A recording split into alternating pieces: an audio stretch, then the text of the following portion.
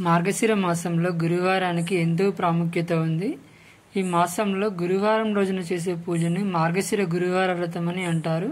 సంవత్సరానికి ఒకసారి వ్రతం ఆచరించడం చాలా శ్రేష్టం. ఈ వ్రతం లక్ష్మీదేవికి ప్రీతికరమైనదని పురాణాలు పేర్కొన్నాయి. ఈ వ్రతాన్ని ఆచరించడం వల్ల రుణ సమస్యలు తొలగిపోతాయి, ఆరోగ్యం ఐశ్వర్యం వృద్ధి చెందుతాయి.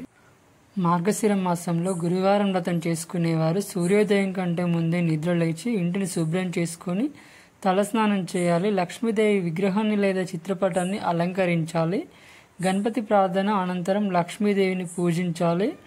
ఈ మాసంలో వచ్చే ప్రతి గురువారం పూజలు చేసి నైవేద్యాలు సమర్పించాలి.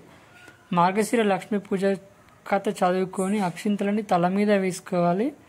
ఇలా నియమనిష్టలతో వ్రతం ఆచరించిన వారికి వైకుంఠ ప్రాప్తి కలుగుతున్నది అని పురాణ వచనం. ప్రశాంతమైన మనసుతో పూజ కార్యక్రమం ముగించి ఇరుగు పొరుగు వారికి ప్రసాదాలు పంచిపెడితే గృహంలో లక్ష్మీ తాండవిస్తుంది.